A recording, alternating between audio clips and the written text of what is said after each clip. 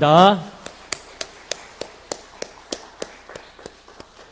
우리 한번 좌우에 계신 분들 앞뒤로 소리 한번 인사하도록 하겠습니다. 한 주 수고 많으셨습니다. 한 주 수고 많으셨습니다.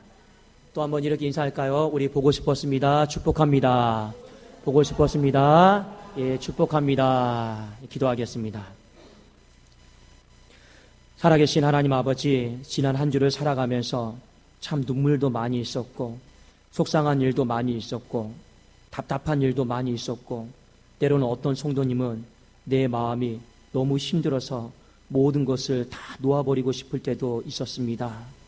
그럼에도 불구하고 생명이 우리의 것이 아니요 하나님의 것임을 기억하며 또 내 육의 생각을 버리고 영의 생각으로 말씀의 생각으로 또 바꾸고 결단하고 몸부림치고 험난한 세상을 우리가 뚫고 이기고 이 자리까지 왔습니다. 하나님, 이곳에 오게 된 것 내 의지도 아니요 하나님의 성령의 인도하심인 줄로 믿습니다. 여호와 하나님, 우리의 예배를 받아 주시옵소서. 우리가 눈을 열고 입술을 열고 귀를 열어서 온 마음과 뜻과 정성을 다해서 하나님을 노래하며 하나님을 찬송하게 하여 주시옵소서. 여호와 하나님, 이 시간 말씀을 듣기를 원합니다.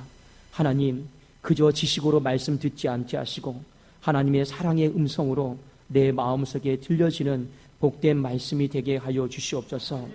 하나님, 우리의 눈을 열어서 주의 기이한 법을 보게 하시고 우리의 귀를 열어주셔서 하나님 주의 사랑스러운 음성을 듣게 하여 주시고 우리의 마음을 열어주셔서 주의 한량없는 은혜를 아버지 다 받을 수 있는 복된 시간 되게 하여 주시옵소서. 하나님의 말씀은 살아있는 생명의 말씀인 줄로 믿사오니 말씀 들을 때 육신의 아픈 부분이 치유되게 하시고 상한 마음이 치유되게 하시고 상한 영이 회복되어지는 역사가 있게 하여 주옵소서. 예수님의 이름으로 기도드리옵나이다. 아멘. 자, 오늘 담대하라 이 말씀을 가지고 사도행전 23장 25장까지의 내용을 우리가 총망라해서 설교 말씀을 하도록 하겠습니다. 오늘 23장부터 25장까지는 한 단계 더 나가서 26장까지는 바울이 로마로 가기 전에 재판을 받는 장면입니다. 많은 재판을 받게 되는데 바울이 로마 시민권을 가지고 가이사에게 상소를 올렸습니다. 그래서 이 가이사에게 상소를 올리게 되면 이 지방에서 재판을 관할하고 있는 사람들이 그 조서를 잘 꾸며야 됩니다. 이 사람이 이런 이유로 황제에게 재판받기를 원합니다. 그러니까 황제 앞에 그 사람을 신문해야 되니까 얼마나 여러분 조서를 잘 꾸며야 되겠습니까? 그래서 바울이 재판을 받습니다. 그런데 바울이 재판을 받는 그 와중에 그 지역을 관할하고 있던 재판장들이나 왕들이 한 가지 의아했던 것이 있습니다. 바울이 보니까 죽을 죄를 저질렀던 것도 아니에요. 살인을 했던 것이 아니고 도적질했던 것도 아니고 그냥 이 재판받는 내용이 보니까 종교의 문제인 거예요. 율법의 문제인 거죠. 이스라엘 어떤 종교에 관련된 문제였기 때문에 참 이렇게 조서를 꾸미기가 많이 어려웠습니다. 그래서 자연스럽게 증인을 불렀죠. 그 증인들이 누구냐면 유대인들이었습니다. 유대인들에게 묻습니다. 바울이 너희들에게 어떻게 했느냐? 그러니까 유대인들이 대답하죠. 죽일 제목이 없으니까 어떤 지역적인 문제, 율법적인 문제를 가지고 저 사람이 이렇게 했습니다. 하도 안 되니까 거짓 증언을 하죠. 하도 안 되니까 모함을 하는 겁니다. 무조건 감정만 앞서가지고 저 바울 죽여야 됩니다. 저 바울 죽여야 됩니다. 이렇게 23장부터 26장까지 이 재판이 질이 멸렬했고 바울에게는 굉장히 힘이 들었습니다. 여러분, 재판받는 일이 쉬운 일이겠습니까? 굉장히 어려운 일이에요. 저도 법원에 몇 번 왔다 갔다 했는데요. 정말 힘들어요. 정말 어렵더라고요. 그리고 그 재판을 받으면서 뭔가 일이 진행이 되고 진척이 되면요. 재판을 받죠. 그런데 재판받는 그 모든 일들이요. 나에게 다 불리하고 여러분 유익이 되는 것이 없을 때는요. 그 재판의 과정이 사람의 힘을요. 그렇게 빠지게 합니다. 이때 하나님이 그 밤에 바울에게 나타나셔서 하신 말씀이 오늘 사도행전 23장 11절에 있는 말씀이었습니다. 자, 우리 다시 한번 23장 11절을 같이 한번 읽어보기를 원합니다. 한번 읽어볼까요? 시작. 그날 밤에 주께서 바울 곁에 서서 이르시되 담대하라. 네가 예루살렘에서 나의 일을 증언한 것 같이 로마에서도 증언하여야 하리라 하시니라. 하나님이 그날 밤에 바울에게 나타나셔서 음성으로 말씀해 주셨습니다. 그 말씀하신 이 네 글자가 무엇이냐면 담대하라라는 것이었습니다. 왜 하나님께서 바울에게 담대하라 말씀하셨을까요? 바울이 지쳐 있었거든요. 바울이 재판을 받으면서 너무나도 힘들었거든요. 바울이 이 유대인들의 이 살기에 둘러싸여서 주눅들어 있었기 때문에 그렇습니다. 여러분, 담대하라라고 하는 건요, 사전적으로 풀어보면 용기를 가지라, 힘을 내라, 이것이 바로 담대하라라는 것입니다. 사람과 사람과의 관계에서도 힘내세요, 용기를 가지세요, 이 말이요 힘이 될 때가 있습니다. 제가 맨 처음에 군대에 있을 때 철원에 있었거든요. 처음에 부임해서 임지에 왔을 때 너무 어렵고 힘들었던 적이 있었습니다. 그때 연대장님이 제 이름을 한번 불러주면서 엄중히 힘내, 이 한마디 해줬는데 아침에 눈물이 나더라고요. 자, 내가 이 철원 한복판에서 찬바람 맞아가면서 이 상급자와의 문제, 또 병사를 거느린 문제에 참 마음이 힘들었던 적이 있었거든요. 근데 그 아침에 회의하는 석상에서 이름 한번 불러주고 그냥 힘내, 열심히 해, 이 한마디를 해줬는데 이 들어가서 눈물이 좀 나더라고요. 여러분, 사람이 사람에게 힘내라, 사람이 사람에게 용기를 가지라, 부모가 자녀에게 어깨 한번 두들겨주면서 힘내, 공부 못해도 괜찮아, 엄마 아빠는 너를 사랑해, 이 한마디만 해주잖아요. 그날 시험은요 50점 맞던 학생들이 100점을 맞아 온다니까요. 그렇게 여러분, 힘내라고 하는 말, 용기를 가지라라고 하는 이 말이요 얼마나 사람을 여러분 힘나게 하고 살아 움직이게 하는 줄 모릅니다. 그런데 많은 사람들이 이 힘내라, 용기를 내라, 이 말을 하지를 않아요. 오히려 왜 너 그것밖에 못하느냐, 왜 너 그 속에서 믿음 갖지 못하느냐, 이렇게 더 마음을 주눅들게 하는 말들을 많이 하더라라고 하는 것입니다. 우리 한번 좌우에 계신 분들에게 한번 손도 한번 잡아주고, 또 가까이 있는 가족이라고 하면 한번 어깨 한번 두들겨주면서 힘내세요, 한번 우리 일해 볼까요? 힘내세요. 네. 저도 마찬가지입니다. 작년 이맘때 제가 8월 말에 우리 독산동교회에 제가 부임을 했습니다. 작년 한 해를 제가 한번 돌아보니까 참 마음에 어려웠던 점도 있고 힘이 났던 부분들도 많이 있었습니다. 여러분, 목사가 새로 오면 성도들이 어떤 기대감이 있겠죠. 그래도 목사님이 새로 왔으니까 새가족들이 오고 부흥하고 뭔가 교회가 좀 활기 있고 그런 걸 많이 여러분 기대하지 않겠습니까? 그런데 작년 한 해를 돌아보니까 딱 이 시점이었던 것 같아요. 10월 거의 말까지 새가족이 한 명도 없었어요. 그러니까 제 마음속에 괜히 죄인 같고 죄책감을 느끼고 교회 오는 것이 죄스럽고 그런 마음들이 굉장히 많이 있었습니다. 그런데 그때 하나님이 저에게 하신 말씀이 있었습니다. 담대하라라고 하는 것이었습니다. 그래도 그 담대함을 가지고 또 1년의 시간을 이렇게 지내왔던 것 같습니다. 사랑하는 여러분, 사람이 사람에게 담대하라, 힘을 내라, 용기를 가지라, 이 말이 굉장히 힘이 되지 않습니까? 하물며 살아계신 하나님께서 우리에게 오셔서 담대하라, 이 말씀을 해주심이 얼마나 여러분 힘이 되었겠느냐 하는 것을 우리가 한번 살펴볼 필요가 있습니다. 특별히 바울이 이 말씀을 들었을 때는요 눈물이 날 수밖에 없었을 거예요. 바울이 하나님께서 그날 밤에 자신에게 나타나셔가지고 곁에 서서 담대하라고 말씀하셨을 때는요 이거는요 울 수밖에 없었던 일호였습니다. 왠지 아십니까? 이스라엘 백성들에게 담대하라라고 하는 것은요 단순히 사람이 사람에게 어깨를 두들겨주면서 힘내, 용기를 내, 이 정도 말이 아니기 때문에 그렇습니다. 성경에 보면 담대하라라고 하는 의미가 있어요. 이 성경적인 의미가 있습니다. 그것을 바울은 누구보다도 잘 알았기 때문에 이 말을 듣고 마음을 고쳐먹고 힘을 내었다라고 하는 것입니다. 여러분 한번 우리 성경을 같이 보기를 원하는데 신명기 31장 6절입니다. 우리 한번 이건 다 찾아보세요. 신명기 31장 6절 구약성경 311면에 있습니다.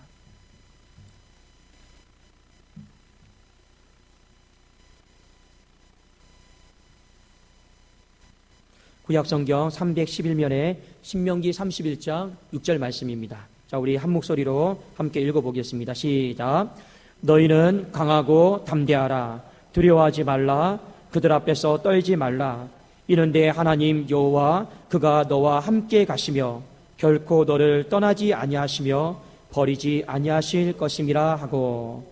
잠깐 여기 말씀을 좀 접어두시고 역대상 28장 20절을 같이 한번 찾아보겠습니다. 신명기 말씀을 잠깐 접어두시고 역대상 28장 20절 구약성경 653면에 있습니다.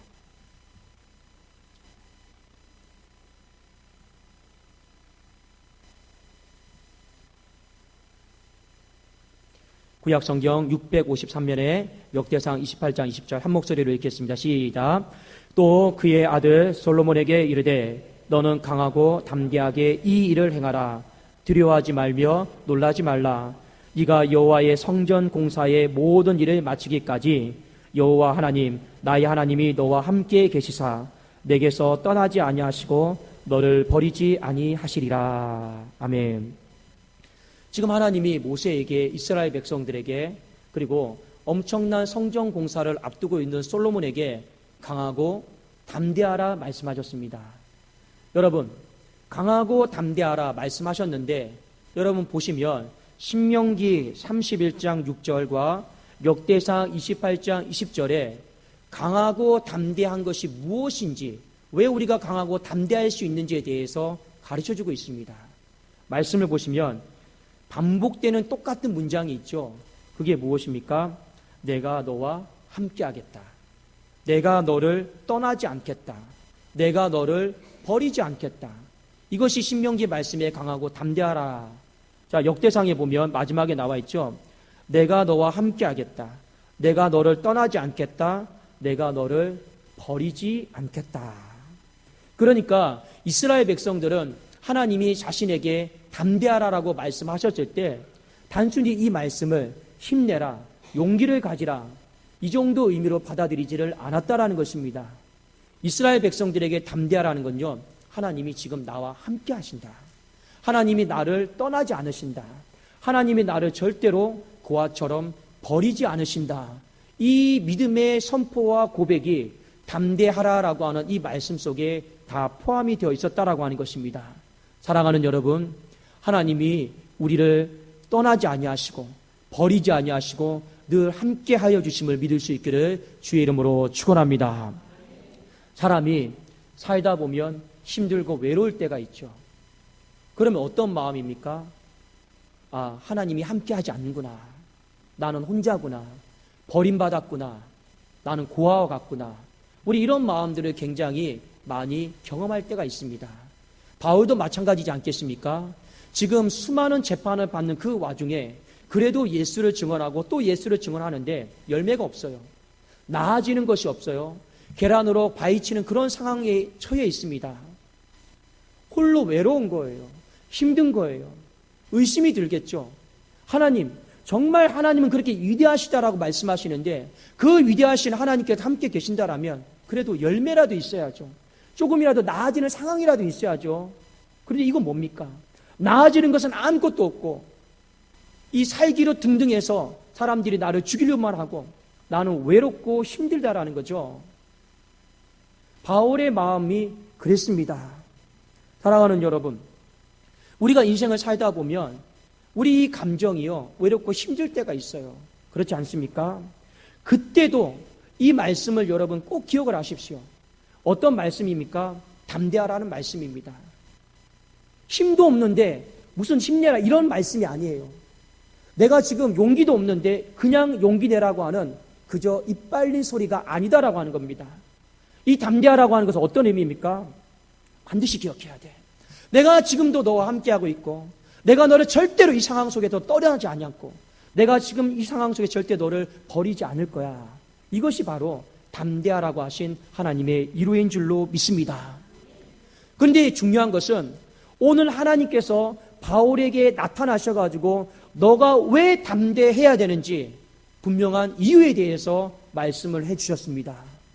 자, 여러분, 우리 사도행전 23장 11절을 다시 한번 우리 읽어보기를 원합니다. 23장 11절입니다. 같이 한번 읽겠습니다. 시작.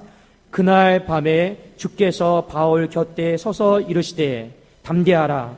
네가 예루살렘에서 나의 일을 증언한 것 같이 로마에서도 증언하여야 하리라 하시니라. 오늘 여러분 말씀에 보면 두 가지 중요한 지명이 나옵니다. 하나는 뭐냐면 예루살렘이에요. 하나는 무엇입니까? 로마입니다. 예루살렘은요, 지금 바울이 고난당하고 있는, 재판받고 있는 까마득한 현실입니다. 로마는 무엇입니까? 하나님이 바울에게 약속하신 꿈이요, 비전의 땅입니다. 바울은요, 로마로 가는 것이 자신의 인생의 미래고 축복입니다. 자, 오늘 중요한 두 가지 지명이 나오는데 예루살렘, 로마가 나옵니다. 하나님이 바울에게 뭐라고 말씀하고 있습니까? 네가 예루살렘에서 나를 증언했던 것처럼 나중에 로마로 가서 나를 증언해야만 한다. 하나님이 말씀하신 것이죠. 하나님이 바울에게 있기를 원하는 곳이 어디입니까? 예루살렘입니까? 로마입니까? 궁극적으로는요, 로마인 것이죠.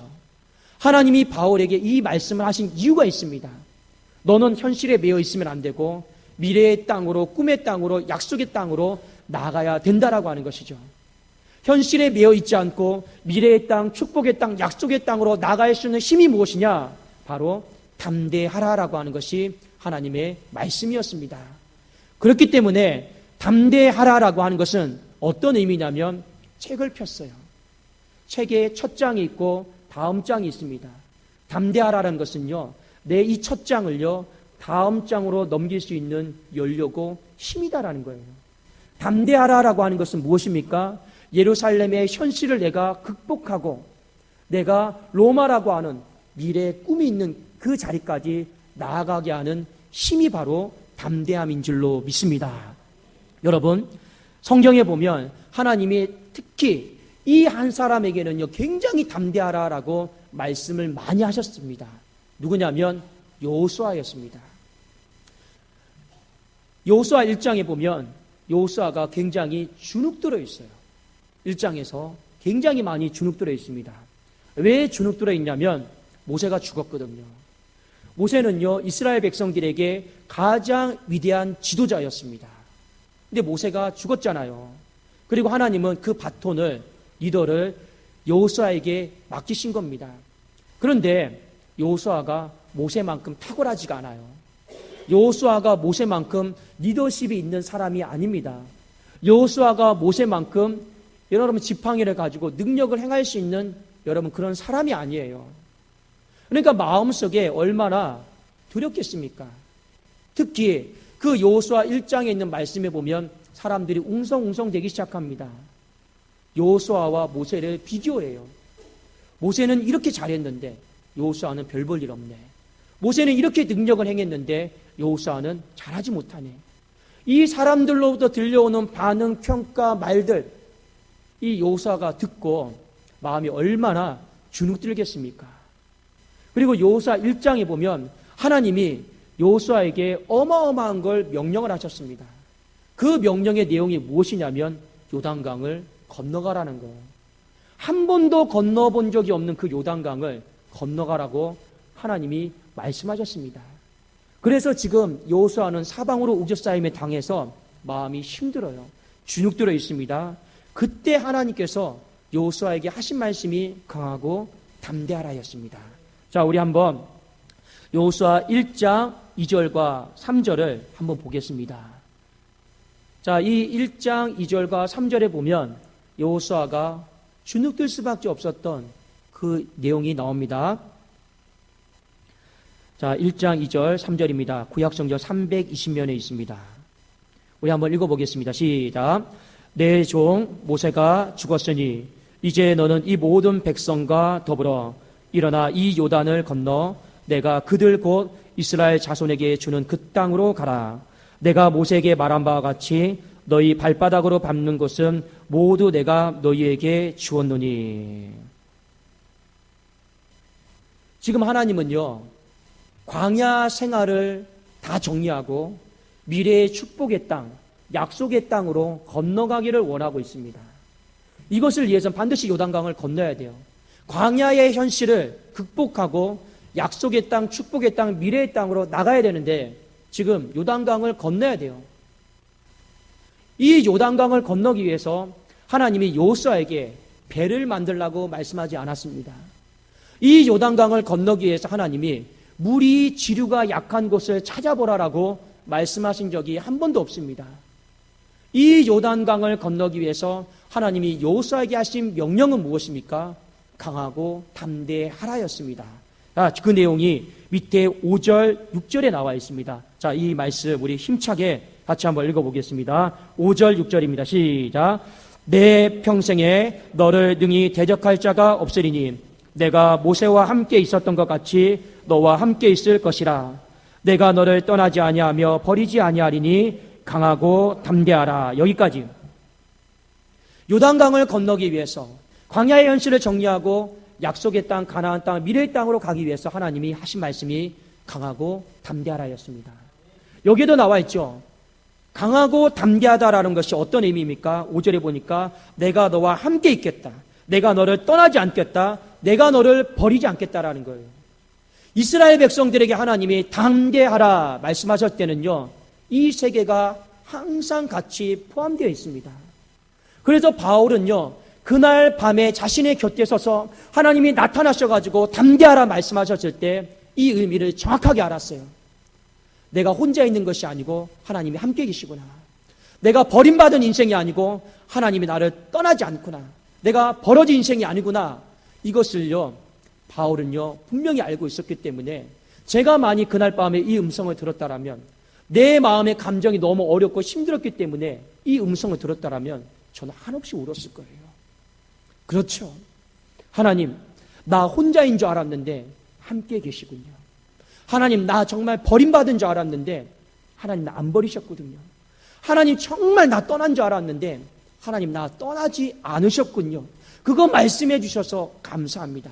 제가 힘을 내어서 이 예루살렘에서 열심히 하나님 증언하고 내가 미래의 땅, 축복의 땅, 약속의 땅, 로마에서도 내가 더 힘차게 힘있게 하나님 증거하는 삶을 살겠습니다라고 바울이요 마음을 고쳐먹습니다. 그래서 이 말씀을 사도행전 23장에서 듣고 24장, 25장, 26장까지요 바울이요 힘차게 복음을 전하는 말씀이 바로 오늘 사도행전의 말씀입니다. 사랑하는 여러분, 담대함은요 단순히 힘을 내는 게 아니에요.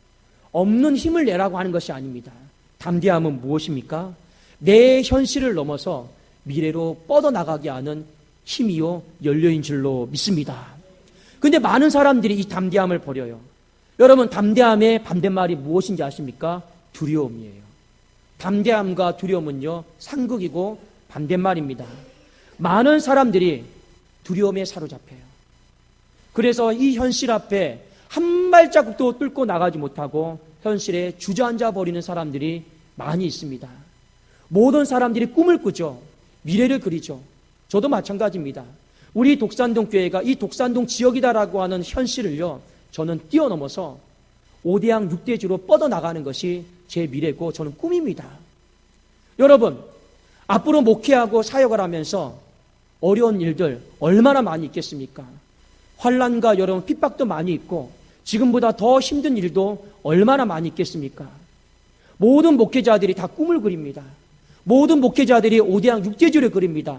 미래를 그리고 축복을 땅을 그리고 있습니다. 그렇지만 그렸다고 해서 모든 사람들이 5대양 6대주를 다 가는 것은 아니에요. 내가 꿈을 그렸다고 해서 모든 사람들이 다 미래의 그 땅으로 있는 것은 아니더라라는 것입니다. 왜요? 무슨 차이가 있겠습니까? 어떤 사람은 담대함을 버리지 않고 끝까지 넘어가는 사람이 있어요.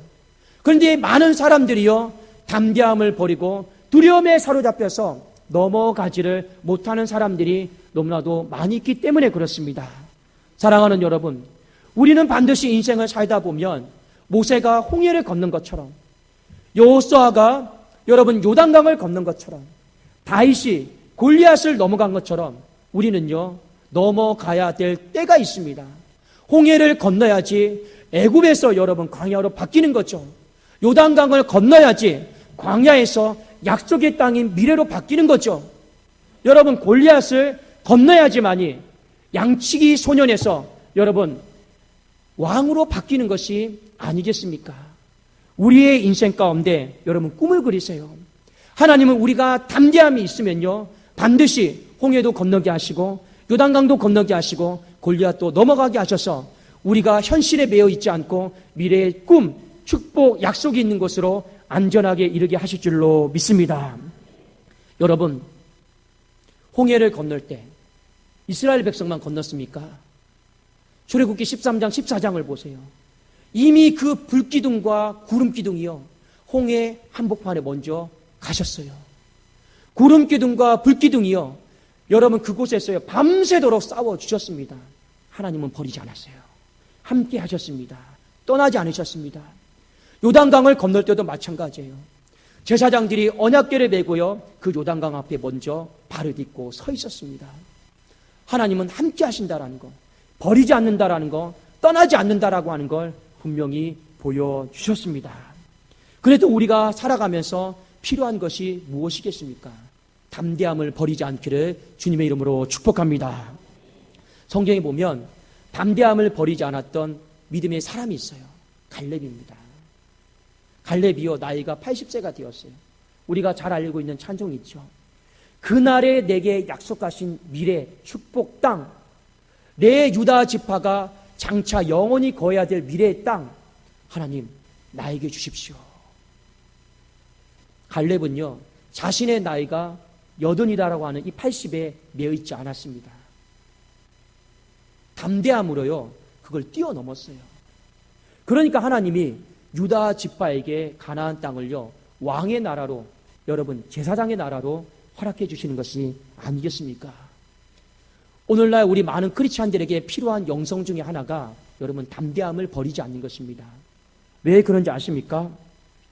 이 세상에 많이 우리가 살아가고 있는데 크리스찬들이 의외로 세상에 많이 주눅들어 있어요. 회식 자리, 술자리에 가잖아요. 술을 거부를 못해요. 내가 크리스찬입니다라는 말을 못해요. 학교에 가서요. 우리 밥을 먹기 전에, 식사하기 전에 기도하잖아요. 식기도를 하는 사람이 더 찾아보기가 어렵습니다. 여러분, 왜 우리가 식기도합니까? 오늘날 우리에게 일용할 양식을 주신 것을 감사하는 마음으로 기도하는 거 아닙니까? 그런데 사람 눈치 봐요. 사람들이 이 기도하면 나를 어떻게 평가할까? 거기에 주눅들어서 이 두 손 모으고 기도하는 사람들이 거의 없더라는 겁니다. 담대함이 없죠. 세상을 두려워하고 있는 것이죠. 또 우리는 왜 담대하지 못하는지 아십니까? 많은 사람들이요, 내가 어느 정도 세상에서 성공하고 이루어 놓은 것이 있어야지만이 세상 한복판에서 담대할 수 있다 생각해요. 내가 성공하고 이루지 못하면 그냥 주눅들어서 살아가는 사람들이 너무나도 많이 있더라는 것입니다. 사랑하는 여러분, 사도행전에 나오는 제자들의 모습을 보십시오. 바울의 모습을 보십시오. 그들이 세상적으로 이룬 것이 뭐가 있습니까? 그들이 빌딩을 가지고 있습니까? 토지를 갖고 있습니까? 어마어마한 직업을 갖고 있습니까? 가지고 있는 거 세상 말로 말하면요 버림받은 자고 무명한 자고 이뤄놓은 거 아무것도 없어요. 그러나 사도행전 1장부터 28장까지 이 모든 제자들은요 담대했습니다. 그들이 담대함의 근거를 어디에서 찾았습니까? 하나님 말씀에서 찾은 줄로 믿습니다. 그들은 담대함을요 세상에서 내가 무언가 이루어 놓느냐 이루지 않았느냐 거기서 담대함을 찾지를 않았어요. 내가 얼마만큼 부흥을 시켰느냐 내가 얼마만큼 무언가 이루었느냐 거기에서 목회의 담대함을 찾지를 않았더라라는 것입니다. 담대함은요 하나님이 나와 함께 계신다, 하나님이 나를 버리지 않는다, 하나님이 나를 떠나지 않는다, 이 사실을 믿고 이스라엘 백성들은 바울은 담대함을 버리지 않고 찾은 줄로 믿습니다. 제자들이 주님이 떠난다고 하니까 주눅 들었어요. 두려운 마음에 사로잡혔습니다. 그때 예수님께서 제자들에게 요한복음 16장 33절에 이렇게 말씀하셨습니다. 이것을 너희에게 이루는 것은 너희로 내 안에서 평안을 누리게 하려 함이라. 세상에서는 너희가 환난을 당하나 담대하라. 왜 담대하라 말씀하신지 아십니까? 내가 세상을 이기었노라. 무언가 너희들이 명예를 얻고 부를 얻고 세상에서 이룬 것이 있어서 담대하라 말씀하신 적이 없습니다. 왜 담대하라 했습니까? 주님이 세상을 이겼기 때문에 그 한 가지 사실을 붙잡고 담대하라라고 주님이 제자들에게 말씀하여 주신 줄로 믿습니다. 사랑하는 여러분, 우리의 이 담대함을요, 현실에서 찾지 않기를 주의 이름으로 축원합니다. 이 담대함을요, 말씀에서 찾으세요. 이 담대함을요, 주의 음성에서 찾을 수 있기를 주의 이름으로 축원합니다. 담대함이 있어야지만이 첫 장을 넘어서 다음 장으로 갈 수 있는 거예요. 이 담대함이 있어야지만이 광야 생활을 정리하고 약속의 땅, 축복의 땅으로 갈 수 있는 거예요. 이 담대함이 있어야지 애굽 생활을 정리하고 그 다음 땅으로 갈 수 있는 것입니다. 그래서 히브리서 10장 35절에 이 말씀 여러분 집에 가셔도 꼭 찾아보십시오. 하나님이 우리에게 이렇게 말씀하셨습니다. 그러므로 너희 담대함을 버리지 말라. 이것이 큰 상을 얻게 하느니라. 담대함을 버리지 말아야지 우리의 인생에 큰 상을 얻는다 하나님이 말씀하셨습니다. 그 큰 상이 무엇입니까? 바로 바울에게는 로마예요. 여호수아에게는요 가나안 땅이에요. 저에게는요 5대양 6대주입니다. 여러분 가정 가운데도 꿈을 꾸세요. 미래를 그리세요. 그리고 이 담대함을 가지고 하나님이 우리에게 주시는 큰 상을 바라볼 수 있기를, 그리지만 마시고 반드시 내 삶의 현실이 되는 것을 볼 수 있기를 예수 그리스도 이름으로 축원합니다. 우리 한번 이 시간 같이 조금 있다가 제가 찬양을 하겠는데, 여러분 주님이 주신 땅으로라고 하는 찬양 아시죠? 이 찬양 가사에 보면 이런 말이 있습니다. 주님이 주신 땅으로 한 걸음씩 나아갈 때 수많은 적들과 견고한 성이 나를 두렵게 하지만, 나를 두렵게 하는 게 있어요. 그렇지만 주님을 신뢰함으로, 주님을 의지함으로, 주님이 주시는 담대함으로 큰 소리 외치며 나가겠습니다. 이 산지를 나에게 주세요.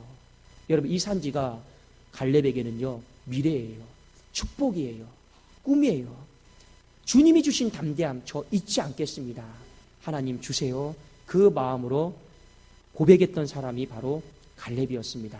우리 기도하고 우리 헌금 드리실 때 이 찬양 그 믿음으로 하나님 앞에 드릴 수 있기를 원합니다. 잠시 기도하겠습니다. 살아계신 하나님 아버지 감사합니다. 주님이 우리에게 주신 담대함 버리지 않게 하여 주시옵소서. 현실에 사로잡혀 두려워하지 않게 하여 주옵소서. 음성 듣고 말씀 붙잡으면서 담대하게 다시금 일어나게 하여 주시옵소서. 담대함으로 말미암아 우리의 가정이 아버지여 5대양 6대주로 뻗어나가게 하시고, 담대함으로 말미암아 우리의 교회가 아버지 5대양 6대주로 뻗어나가는 놀라운 복을 경험하게 하여 주시옵소서. 담대함으로 말미암아 내 눈물을 닦아주시고, 내 죽고 싶은 마음을 아버지 거두어 주시고, 아버지 내 아픈 마음을 아버지 하나님 다 물리쳐 주시옵소서. 내 아픈 병을 다 거두어 주시옵소서. 담대함으로 말미암아 다시금 힘있게 일어나게 하여 주시옵소서. 예수님의 이름으로 기도드리옵나이다. 아멘.